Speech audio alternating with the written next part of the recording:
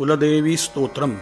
ओम नमस्ते श्री शिवाय कुलाराध्या कुलेश्वरी कुलसंरक्षणी माता कौलिकज्ञान प्रकाशिनी वंदे श्री कुलपूज्या त्वां कुलाम्बा कुलरक्षिणी वेदमाता जगन्माता लोकमाता हितैषिणी आदिशक्ति समुद्भूता त्वया हि कुलस्वामिनी विश्ववन्द्यां महाघोरां त्राहि मां शरणागतः। त्रैलोक्यहृदयं शोभे देवी त्वं परमेश्वरी भक्तानुग्रहकारिणी कुलदेवी नमोऽस्तुते। महादेव प्रियंकरी बालानां हितकारिणी कुलवृद्धिकरी माता त्राहि मां शरणागतम्। शिदग्नि मंडल संभूता राज्यवैभवकारिणी प्रकटितां सुरेशानि वन्दे त्वां कुलगौरवां। त्वदीये कुले जातः त्वामेव शरणं गतः त्वत्वत्सलोऽहम् आद्ये त्वं रक्ष रक्षाधुना। पुत्रं देहि धनं देहि साम्राज्यं प्रदेहि मे सर्वदास्माकं कुले भूयात् मङ्गलानुशासनम्। कुलाष्टकविदं पुण्यं नित्यं यः सुकृती पठेत् तस्य वृद्धि कुले जातः प्रसन्ना कुलेश्वरी। कुलदेवी स्तोत्रिदं सुपुण्यं ललितं तथा अर्पयामि भवद्भक्त्या त्राहि मां शिवगेहिनी। ओम नमस्ते श्री शिवाय कुलाराध्या कुलेश्वरी कुलसंरक्षणी माता कौलिकज्ञान प्रकाशिनी वंदे श्री कुलपूज्या त्वां कुलाम्बा कुलरक्षिणी वेदमाता जगन्माता लोकमाता हितैषिणी आदिशक्ति समुद्भूता त्वया हि कुलस्वामिनी विश्ववन्द्यां महाघोरां त्राहि मां शरणागतः। त्रैलोक्यहृदयं शोभे देवी त्वं परमेश्वरी भक्तानुग्रहकारिणी कुलदेवी नमोऽस्तुते। महादेव प्रियंकरी बालानां हितकारिणी कुलवृद्धिकरी माता त्राहि मां शरणागतम्। शिदग्नि मंडल संभूता राज्यवैभवकारिणी प्रकटितां सुरेशानि वन्दे त्वां कुलगौरवां। त्वदीये कुले जातः त्वामेव शरणं गतः त्वत्वत्सलोऽहम् आद्ये त्वं रक्ष रक्षाधुना। पुत्रं देहि धनं देहि साम्राज्यं प्रदेहि मे सर्वदास्माकं कुले भूयात् मङ्गलानुशासनम्। कुलाष्टकविदं पुण्यं नित्यं यः सुकृती पठेत् तस्य वृद्धि कुले जातः प्रसन्ना कुलेश्वरी। कुलदेवी स्तोत्रिदं सुपुण्यं ललितं तथा अर्पयामि भवद्भक्त्या त्राहि मां शिवगेहिनी।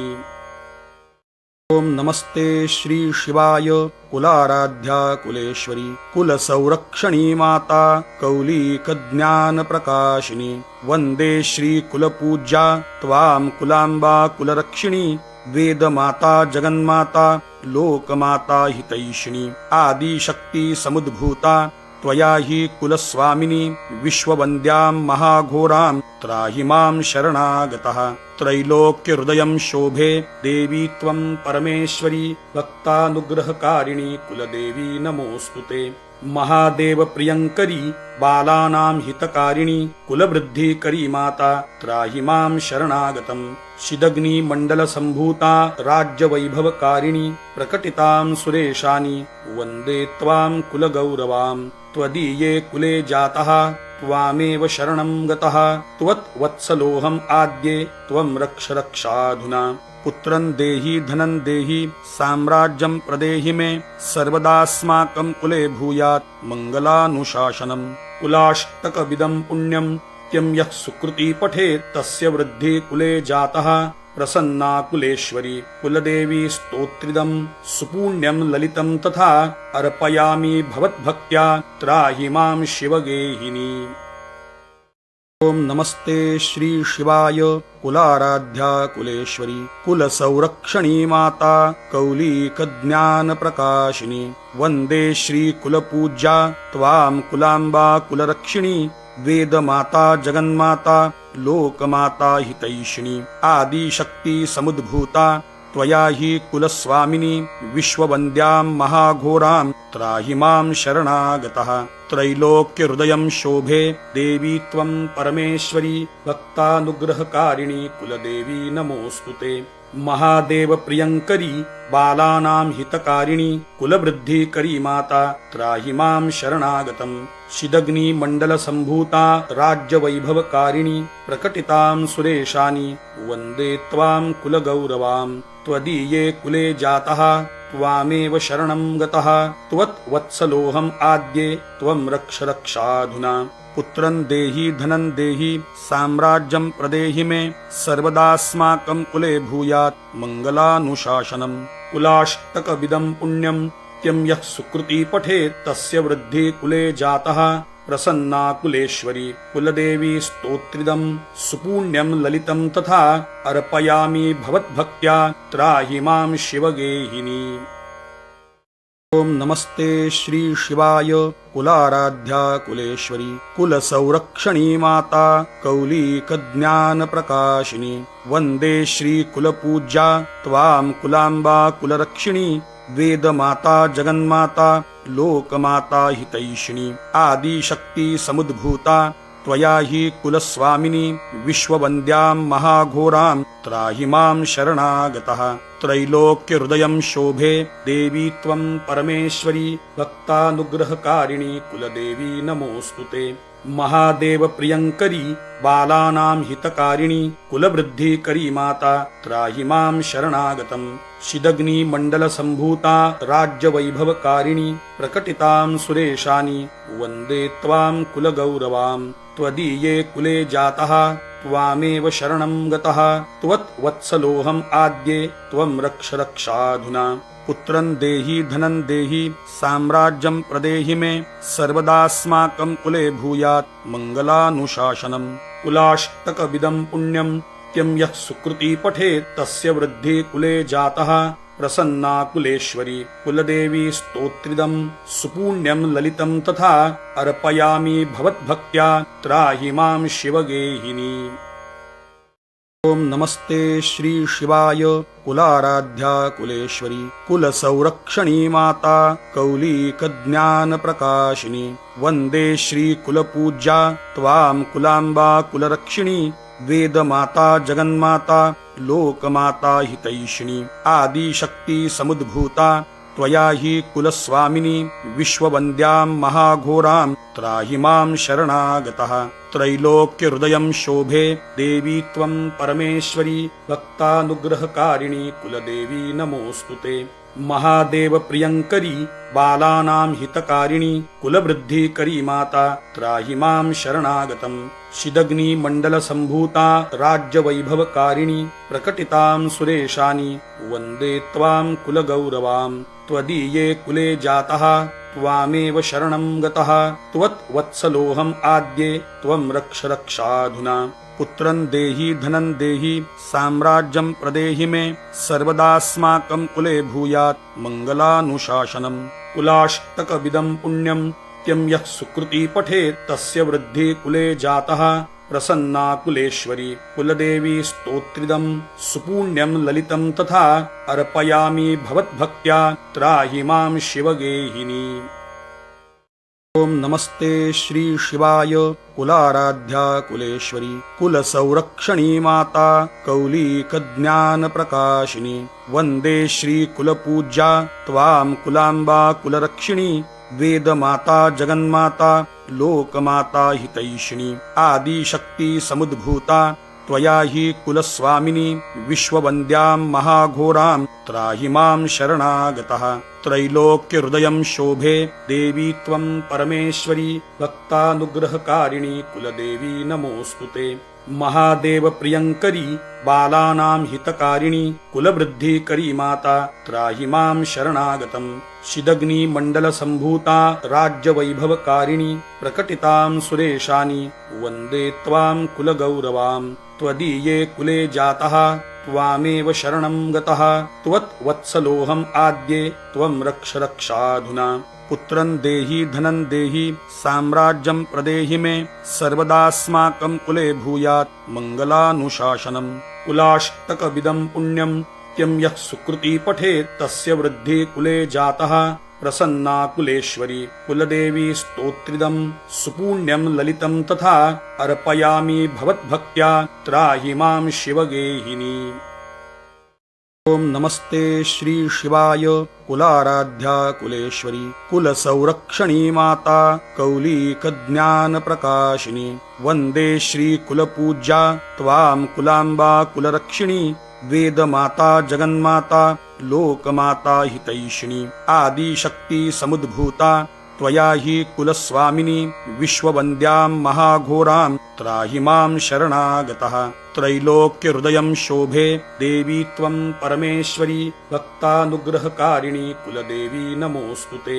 महादेव प्रियंकरी बालानां हितकारिणी कुलवृद्धिकरी माता त्राहि मां शरणागतं शिदग्नि मंडल संभूता राज्यवैभवकारिणी प्रकटितां सुरेशानि वन्दे त्वां कुलगौरवां त्वदीये कुले जातः त्वामेव शरणं गतः त्वत्वत्सलोऽहम् आद्ये त्वं रक्ष रक्षाधुना पुत्रं देहि धनं देहि साम्राज्यं प्रदेहि मे सर्वदास्माकं कुले भूयात् मङ्गलानुशासनम् कुलाष्टकविदं पुण्यं त्यं यः सुकृती पठेत् तस्य वृद्धि कुले जातः प्रसन्ना कुलेश्वरी कुलदेवी स्तोत्रिदं सुपुण्यं ललितं तथा अर्पयामि भवद्भक्त्या त्राहि मां शिवगेहिनी।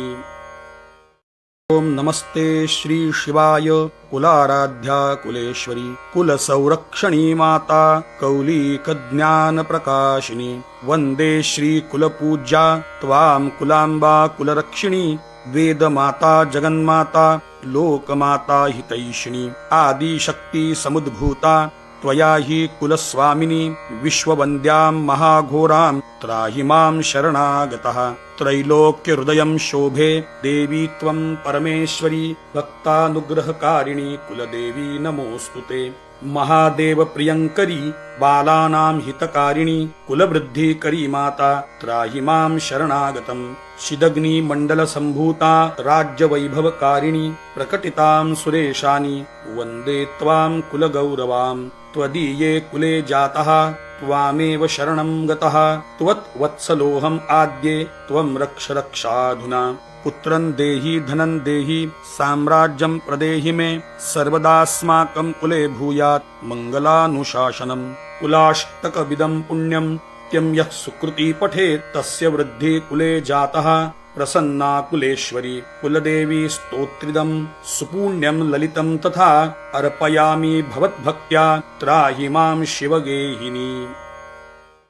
ओम नमस्ते श्री शिवाय कुलाराध्या कुलेश्वरी कुलसंरक्षणी माता कौलिक ज्ञान प्रकाशिनी वंदे श्री कुलपूज्या त्वां कुलांबा कुलरक्षिणी वेदमाता जगन्माता लोकमाता हितैषिणी आदिशक्ति समुद्भूता त्वया हि कुलस्वामिनी विश्ववन्द्यां महाघोरां त्राहि मां शरणागतः त्रैलोक्यहृदयं शोभे देवी त्वं परमेश्वरी भक्तानुग्रहकारिणी कुलदेवी नमोऽस्तुते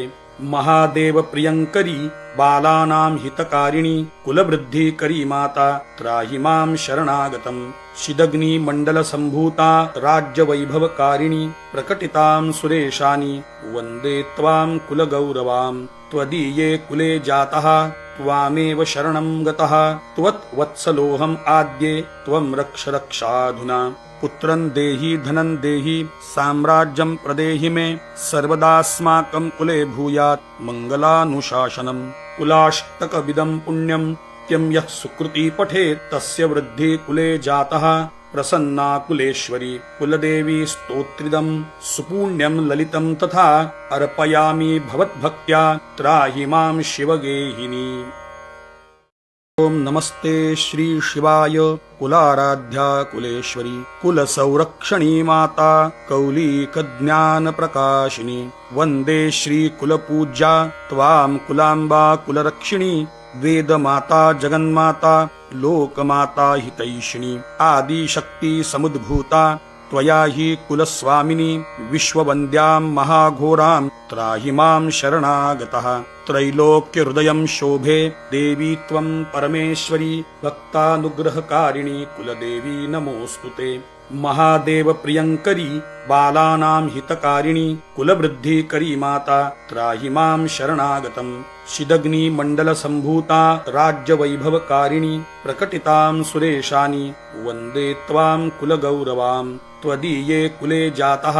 त्वामेव शरणं गतः त्वत्वत्सलोऽहम् आद्ये त्वं रक्ष रक्षाधुना पुत्रं देहि धनं देहि साम्राज्यं प्रदेहि मे सर्वदास्माकं कुले भूयात् मङ्गलानुशासनम् कुलाष्टकविदं पुण्यं त्यं यः सुकृती पठेत् तस्य वृद्धि कुले जातः प्रसन्ना कुलेश्वरी कुलदेवी स्तोत्रिदं सुपुण्यं ललितं तथा अर्पयामि भवद्भक्त्या त्राहि मां शिवगेहिनी।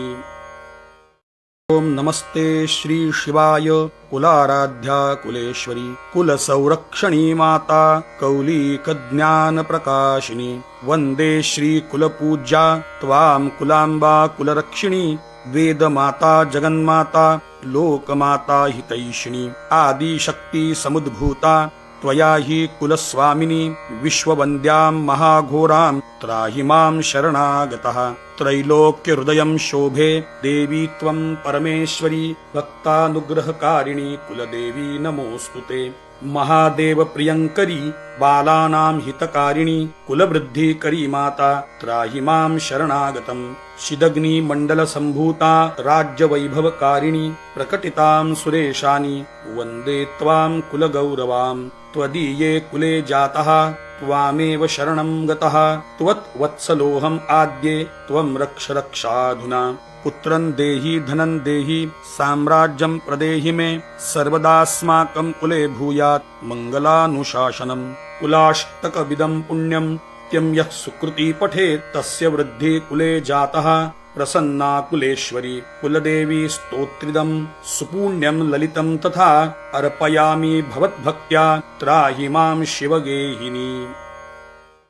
ओम नमस्ते श्री शिवाय कुलाराध्या कुलेश्वरी कुलसंरक्षणी माता कौलिकज्ञान प्रकाशिनी वन्दे श्री कुलपूज्या त्वां कुलाम्बा कुलरक्षिणी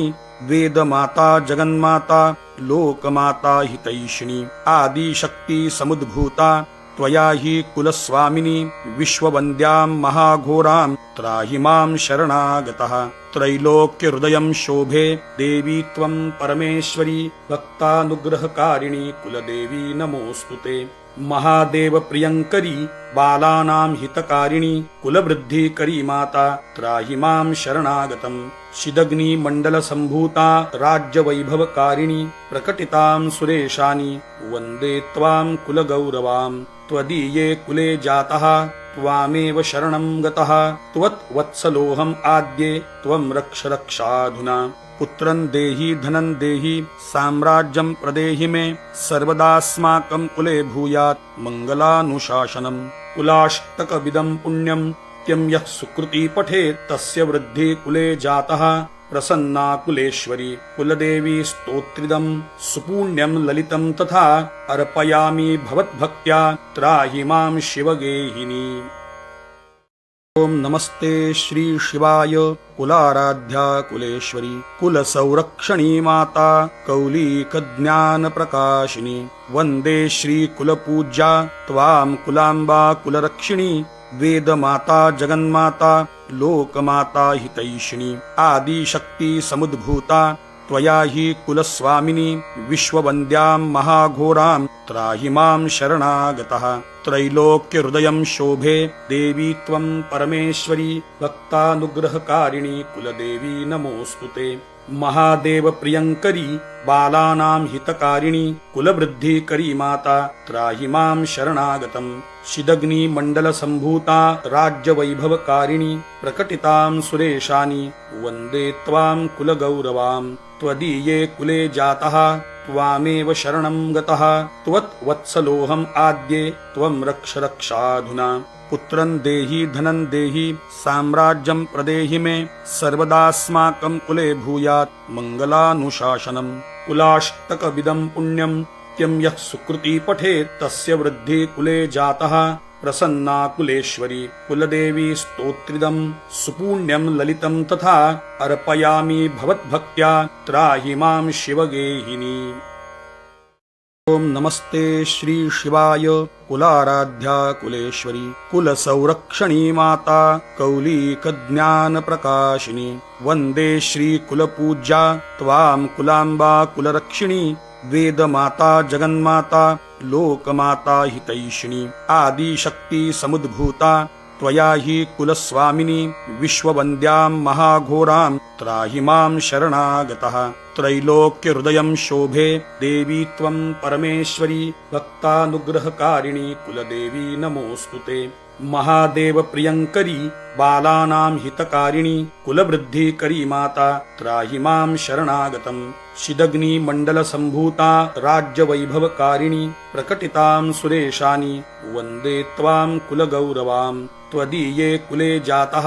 त्वामेव शरणं गतः त्वत्वत्सलोऽहम् आद्ये त्वं रक्ष रक्षाधुना पुत्रं देहि धनं देहि साम्राज्यं प्रदेहि मे सर्वदास्माकं कुले भूयात् मङ्गलानुशासनम् कुलाष्टकविदं पुण्यं यः सुकृती पठेत् तस्य वृद्धि कुले जातः प्रसन्ना कुलेश्वरी कुलदेवी स्तोत्रिदं सुपुण्यं ललितं तथा अर्पयामि भवद्भक्त्या त्राहि मां शिवगेहिनी। ओम नमस्ते श्री शिवाय कुलाराध्या कुलेश्वरी कुलसंरक्षणी माता कौलिक ज्ञान प्रकाशिनी वंदे श्री कुलपूज्या त्वां कुलांबा कुलरक्षिणी वेदमाता जगन्माता लोकमाता हितैषिणी आदिशक्ति समुद्भूता त्वया हि कुलस्वामिनी विश्ववन्द्यां महाघोरां त्राहि मां शरणागतः त्रैलोक्यहृदयं शोभे देवी त्वं परमेश्वरी भक्तानुग्रहकारिणी कुलदेवी नमोऽस्तुते महादेव प्रियंकरी बालानां हितकारिणी कुलवृद्धिकरी माता त्राहि मां शरणागतम् शिदग्नि मंडल संभूता राज्य वैभवकारिणी प्रकटितां सुरेशानि वन्दे त्वां कुलगौरवां त्वदीये कुले जातः त्वामेव शरणं गतः त्वत्वत्सलोऽहम् आद्ये त्वं रक्ष रक्षाधुना पुत्रं देहि धनं देहि साम्राज्यं प्रदेहि मे सर्वदास्माकं कुले भूयात् मङ्गलानुशासनम् कुलाष्टकविदं पुण्यं यः सुकृती पठेत् तस्य वृद्धि कुले जातः प्रसन्ना कुलेश्वरी कुलदेवी स्तोत्रिदं सुपुण्यं ललितं तथा अर्पयामि भवद्भक्त्या त्राहि मां शिवगेहिनी।